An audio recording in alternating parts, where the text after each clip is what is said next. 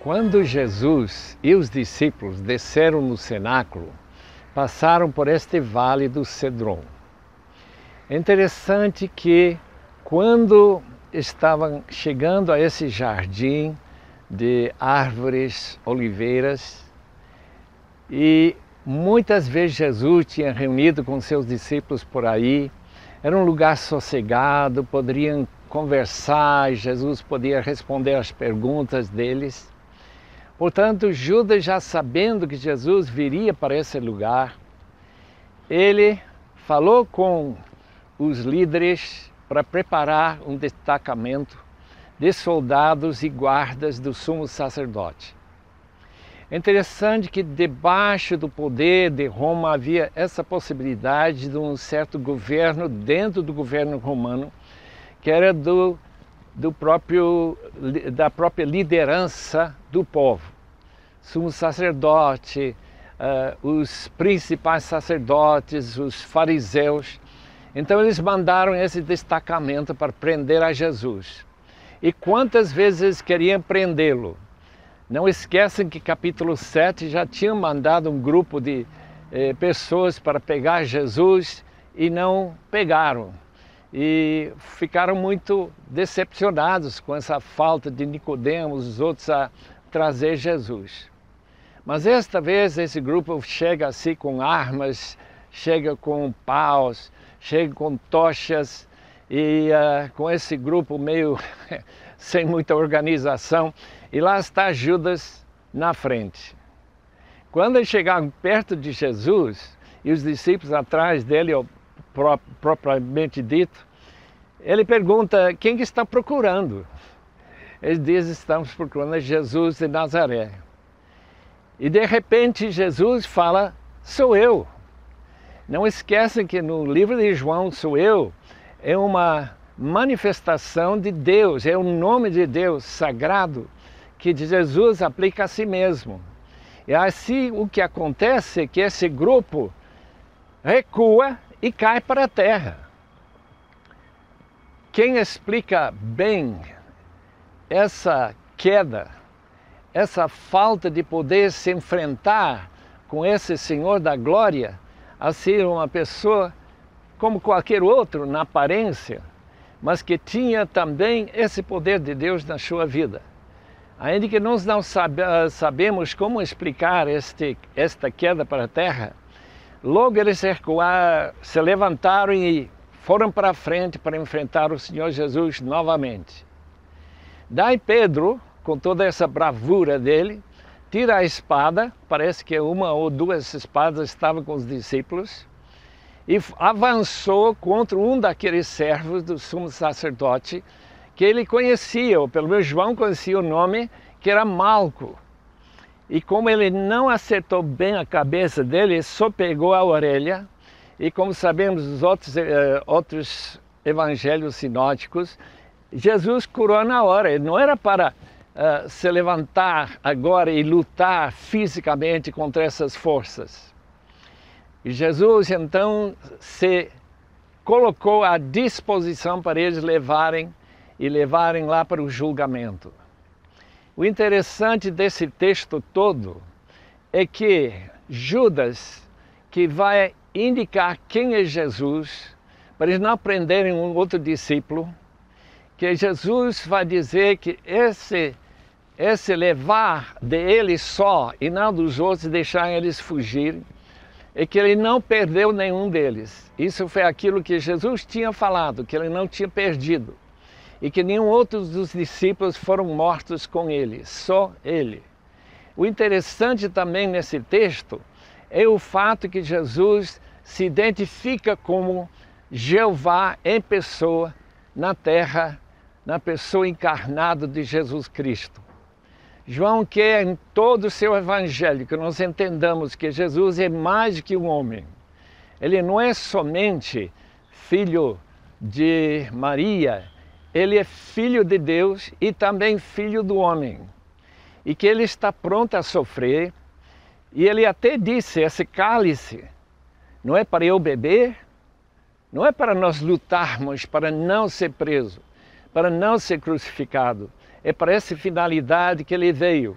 Ele já tinha dito para os seus discípulos que eles perderiam de vista ele há um tempinho, pouco tempo depois ele voltaria e eles ficariam muito alegres novamente.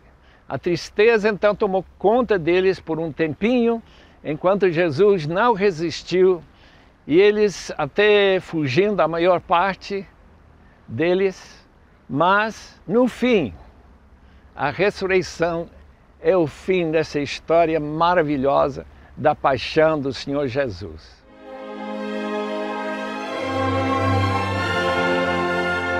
Tudo aquilo que Jesus tem falado a respeito do que aconteceria com ele começa a tomar lugar de maneira mais efetiva a partir do capítulo 18. Nós vamos ver que aqui nessa região de Jerusalém, nas áreas em volta próximas ao cenáculo, é quando Jesus vai acabar sendo detido e vai ser preso para ser levado, ou melhor, ele é preso e é levado para um interrogatório. Interrogatório que vai acontecer de uma maneira um tanto quanto estranha, porque Jesus vai passar por um julgamento que, olhando tudo aquilo que se esperava, não tem todos os elementos de legalidade imaginados e esperados aqui. Ele é, portanto, amarrado e é levado diante de Anás, que é a pessoa que João apresenta aí com uma espécie de peculiaridade do seu evangelho. E é interessante porque Anás aparece junto com Caifás. E olhando para o texto, a gente imagina que Anás pode ser o sumo sacerdote. Como é que devemos entender essa relação entre as duas figuras que vão questionar Jesus? Anás, sim, era sumo sacerdote oficial até o ano 15, mas ele foi deposto pelos romanos. Apesar disso, Caifás, que é o seu genro, vai tomar o lugar, vai ser o sumo sacerdote oficial, mas a presença e a influência de Anás ainda é preponderante e domina a região. Por isso, nós vamos ver por que a sua figura aparece. E aí, na sequência, nós temos então a figura de Caifás, que vai aparecer nesse interrogatório, onde começam a questionar a Jesus. Jesus vai dizer de maneira muito tranquila, dizendo: escuta, eu estive falando todo o tempo, abertamente, na presença de todos, ensinei no templo. Qual é o problema? Jesus então é aí atingido por um tapa, uma espécie de bofetada, que também é um procedimento ilegal. Nós não vemos nenhum sinal de testemunhas, as coisas começam a caminhar de maneira muito problemática. E é interessante que, olhando para isso, a gente pode ter um questionamento aqui do que acontece e qual é o fundamento disso. Não faz muito tempo foi encontrado aqui em Jerusalém, numa caverna, um túmulo no qual foi achado exatamente a caixa, ou melhor, a caixa de ossos, o ossuário de Caifás, que foi o sumo sacerdote que presidiu o julgamento de Jesus. E o texto vai prosseguir falando a respeito do que acontece enquanto Jesus está sendo interrogado, o que vai acontecer com Pedro, que tem muito a ver com essa região.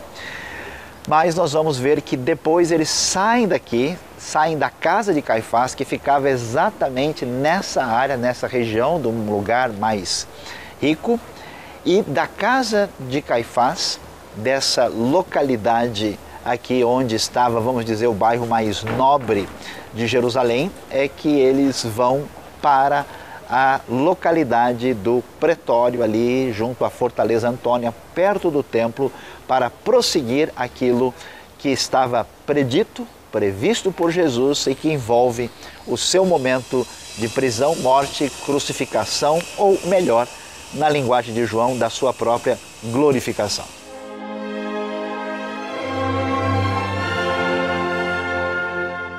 Pedro é um dos discípulos mais interessantes de todos.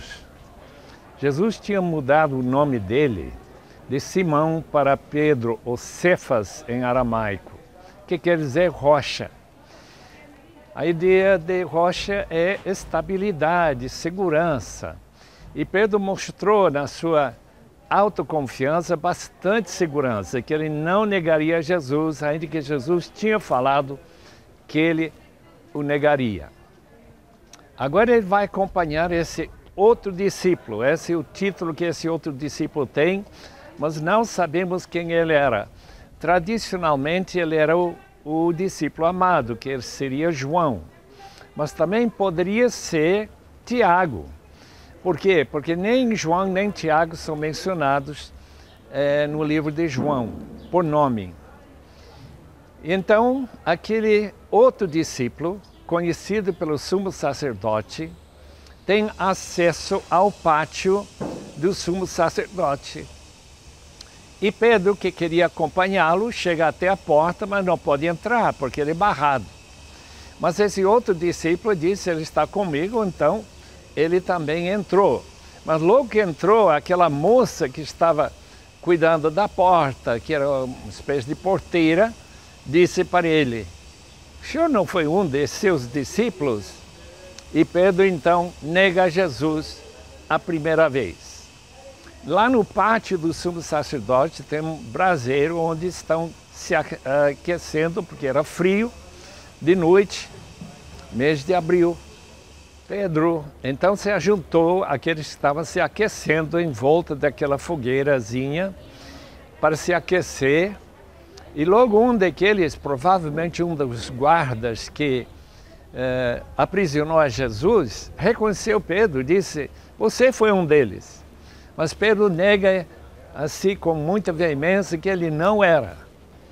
Daí ele passa para novamente voltar para lá e ficaram assim satisfeitos. De repente, outra pessoa que era parente de Malco falou para ele, você é um deles. E Pedro negou pela terceira vez, eu não sou discípulo de Jesus. Assim ele cumpriu a palavra que Jesus tinha predito, já no fim do capítulo 13, que ele negaria 3 vezes antes do galo cantar. De fato, não muito longe daqui se marca o local onde o galo cantou, nessa madrugada em que Jesus estava sendo interrogado. Tão interessante que aquele que nós conhecemos como o grande Pedro da igreja, o grande rocha da igreja, fundamento da igreja, sobre ti construirei a minha igreja, a palavra de Jesus em Mateus 16, e agora nós vemos ele nessa instabilidade, nessa insegurança, aquele negando a Jesus. Graças a Deus que ele não negou a Jesus até o ponto de abandonar totalmente. Ele não foi Judas, não foi aquele que premeditou em negar a Jesus. E Jesus o restabeleceu, sua fé foi restabelecida e ele ficou, como todos nós sabemos, o grande pregador no dia de Pentecoste. Deus é muito misericordioso conosco quando Ele conhece nosso coração, que de fato, em momento de temor, em momento de depressão, talvez a gente fale o que não podia falar, que a gente realmente é seguidor de Cristo.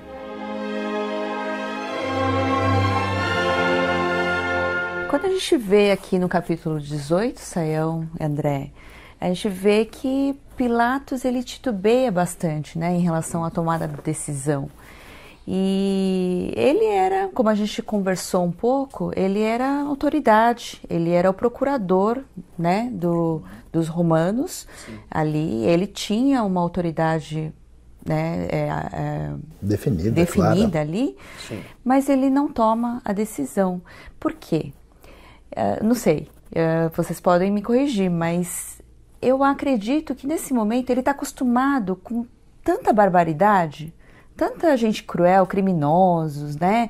Executar criminosos. Agora chega uma pessoa como Jesus, ele conversa um pouco com Jesus e ele percebe que não tem nada a acusá-lo. E a gente pode pensar até que Jesus tinha, na verdade, boa fama. Ele fez tanta coisa ali em Jerusalém, não é verdade? Pois é, será que não é Todo por país. isso que ele tem a dificuldade de tomar decisão? Ele fala assim, olha, eu não vejo nada de ruim, eu não tem motivo para acusá-lo nem para matá-lo, né? Pilatos era reconhecido como alguém muito cruel, né? Inclusive os registros mostram isso. Talvez ele até pensando, ó, comparação comigo mesmo, né? Não, e ele logo, o texto aqui não, mas paralelo a isso vai dizer que Pilatos sabia que eles haviam entregado Jesus por inveja. Então fica claro que Jesus não é nenhum criminoso, que alguma coisa está errada com essa questão da condenação e por isso essa maneira dele lidar com a questão. Aí tem outra coisa também que é a parte dos judeus. Ali diz que eles não podem executá-lo, né? Porque eles estão justamente sob essa autoridade romana, não é verdade? Eles não podem executar ninguém a pena de morte, certo? É verdade, inclusive no texto a gente vai ver isso, porque o versículo 31 fala da questão e eles usam isso, mas a coisa funcionava assim, né? Roma tinha a prerrogativa, a autoridade, né? O Império Romano domina, então eles executam e executam muito a pena de morte para manter o controle de todo o Império. Só que eles sabiam de problemas menores e quando eles dominavam uma região, eles permitiam que o pessoal resolvesse. Foi assim que Estevão morreu, por exemplo. Mas eles sabiam que os seus aliados dentro da terra onde eles dominavam poderiam ser executados por outras razões locais. Então eles poderiam, por exemplo, dizer, ó, falou mal do templo, a gente vai executar ele, mas na verdade aquilo era um aliado de Roma. Exatamente, então Roma supervisionava isso. Então, quer dizer, Pilatos, vendo que o problema não tem nada a ver diretamente com o Estado romano, fala, olha, escuta, o problema é com vocês. Então cada um está jogando a responsabilidade para o outro. Exatamente, aí vem a frase fatal, né? Que eles vão apresentar lá, é que eles vão dizer, não, ele deve ser julgado pelo Estado romano. Eles despacham Jesus e jogam de volta para Pilatos. E pensando sobre isso, olhando no verso 32, a gente parece pensar aqui que a coisa perdeu o controle, mas está debaixo do controle máximo, né? Pois é, porque aqui no texto diz que isso deveria acontecer por causa da espécie de morte, deveria cumprir a espécie de morte que Jesus tinha dito que iria sofrer. Então, aí a pergunta que a gente levanta é que espécie de morte é essa?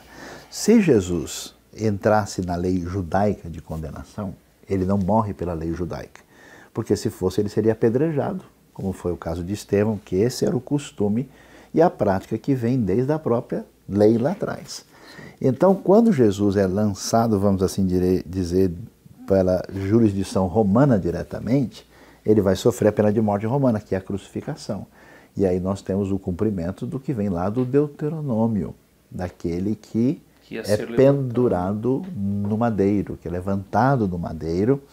E até o texto, né? Maldito é aquele que é pendurado no madeiro, e Cristo, então, nesse sentido, se torna maldição ao cumprir a sua morte e morrer em favor dos pecados. É uma série de cumprimentos, né? Jesus cumpre as suas próprias palavras, cumpre Deuteronômio, cumpre Isaías, né? Então, e aí a gente vê, isso aconteceu para que se cumprisse, ou seja, Deus continua soberano, apesar disso nem sempre parecer do ponto de vista humano.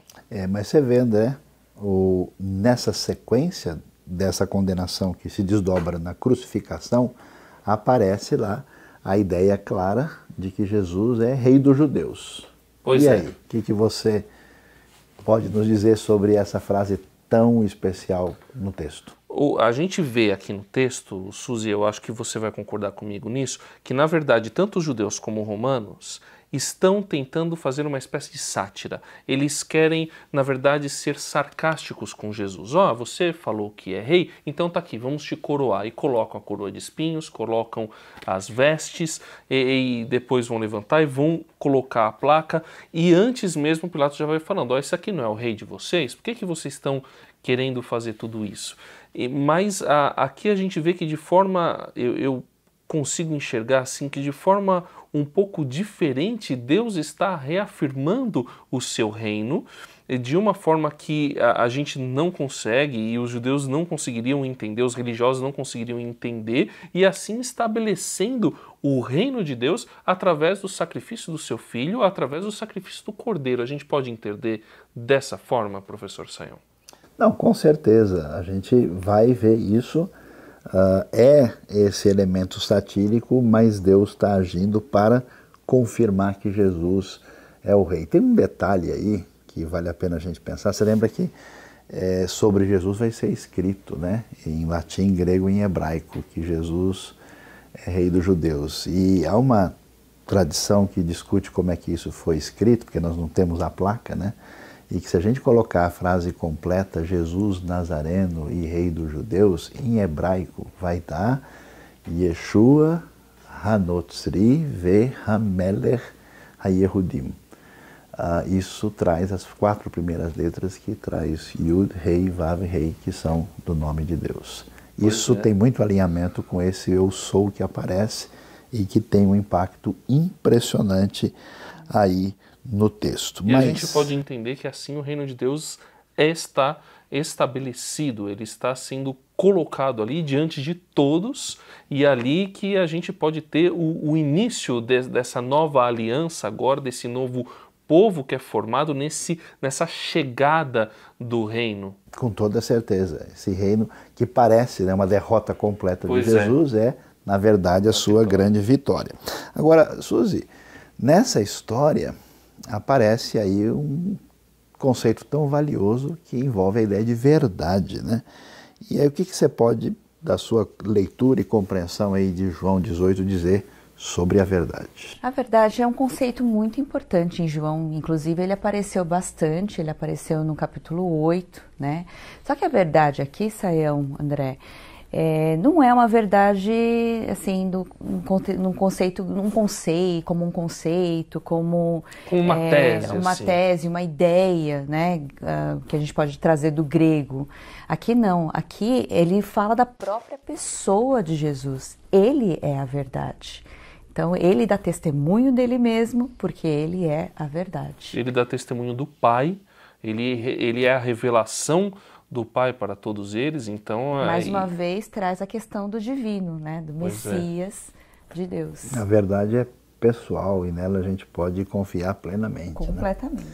Agora, para a gente encerrar essa reflexão, o que me impressiona muito é como é que vai ser o desfecho disso. Porque a gente comentou aqui, viu, né? Tudo que acontece, Jesus lá diante de Pilatos literalmente aí com a batata quente na mão, querendo se livrar disso, porque ele tem que estar bem com o povo que está sob a sua jurisdição, ele não pode queimar o filme com Roma, e ele sabe que esse rabino diferente tem muitos seguidores, então ele está tentando se livrar dessa situação. Jesus vai acabar sendo condenado, Pilatos não consegue lidar com isso, até que de repente surge uma ideia nesse processo. Espera aí. Vou libertar um criminoso. Exatamente. Vou colocar para eles, escolham aí o pior criminoso de todos ou Jesus. Segundo muitos estudiosos, havia essa tradição de libertar um prisioneiro desse tipo na época da Páscoa. Eu falei, bom, já que o negócio está feio aqui, o que vai acontecer? Pilatos pega um cara barra pesada. E é barra pesada, é importante a gente entender que ele não é assim um ladrão, não é um cara que andou roubando carteira das pessoas e matando gente na esquina. Ele é um líder rebelde, ele é um problema para Roma. Então, uma pessoa que Pilatos tinha que sair fora dessa jogada, mas ele diz, olha, que tal? Ou Barrabás ou Jesus. E é interessante, claramente o texto vai dizer, eles vão dizer, né? Não, ele não. Ele de jeito nenhum. Eles rejeitam completamente a Jesus e fazem a escolha que se torna algo terrível no texto, preferem Barrabás. Ou seja, eles escolhem um criminoso a escolherem a verdade revelada, a verdade encarnada ali na frente deles. É realmente uma rejeição total da proposta de Deus. É impressionante, isso está em sintonia com muito que a gente vê na Bíblia toda, quando a manifestação da verdade, da graça de Deus é rejeitada pelo coração humano que resolve se rebelar.